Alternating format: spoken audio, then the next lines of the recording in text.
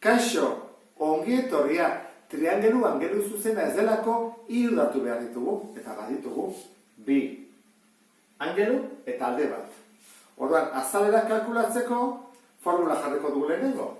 Azalera berdin, oina, bider altura, zati bi. Badugu oina? Ez. Badugu altura? Ez.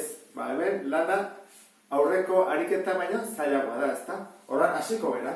Nondik hasiko genake? Angelu zuzena lortu behar ditugu lehenengo. Hoi da lehenengo zein behar duguna, Ze, bi datu izateko hirugarren atatzeko. Hau gesten badut, angelu zuzen bat badut hemen, gaurran dutut bi kateto, bat eta bi. Zer egin dezakegu honekin?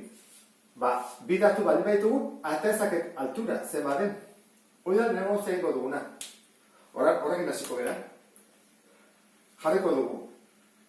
Hau baldin bada aurkako katetoa eta baldin bada hipotenusa, hori da sinua, ezta? Horra jartzen dugu 40 graduren sinua izango litzake aurkako katetoa altura dela zati hipotenusa 20.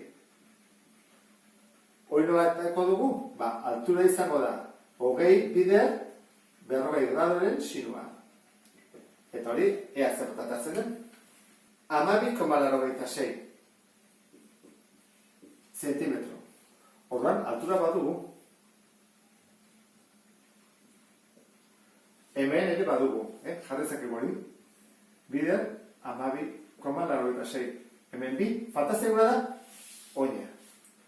Horran, oinan, lehen bat edarko dugu, hau ez da? Hau bat ezakegu. Detuko diogu adibidez hori, isa. Nola eta daiteke? Hau zer da? Alboko katetoa, horra alboko katetoa eta hipotenusa lortzen dituna, zer da? Kosinua, horra hori dengo duguna. Kosinua, 40 gradurena, izango litzake. Alboko katetoa, isa, zati, 20. Isa bakantzeko, 20 pasabar dugu beste atalea. Zatitzen dagoenez, bidertzen. Hola geldituko litzake, ez da? 20 bider, 40 kosinua. 15,32 zentimetro.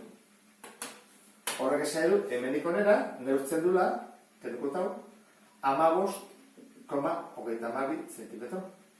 Falta zaigu hemenik onera. Hortarako, angelu honekin hasi batko dugu.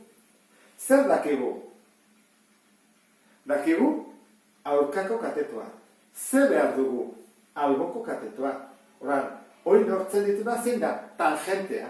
Horan, jarriko dut hemen. Tangentea. 30 gradurena izango da. Horren aurkako katetoa zein da? Hau. 12,86. Eta alboko katetoa ez dakigu. I jarriko dugu adibidez. I bakantzeko pasa behar dugu. Bidertzen. Eta tangentea pasaba dugu zatitzen. Ea zer bat ematen du?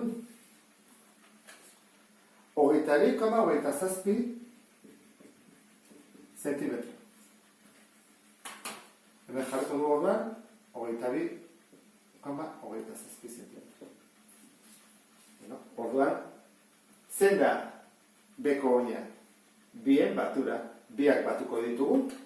Orduan, 15,32 gehi 22,27. Ematen digu 37,49 bidertu behar dugula 12,86 eta zatitu bikin.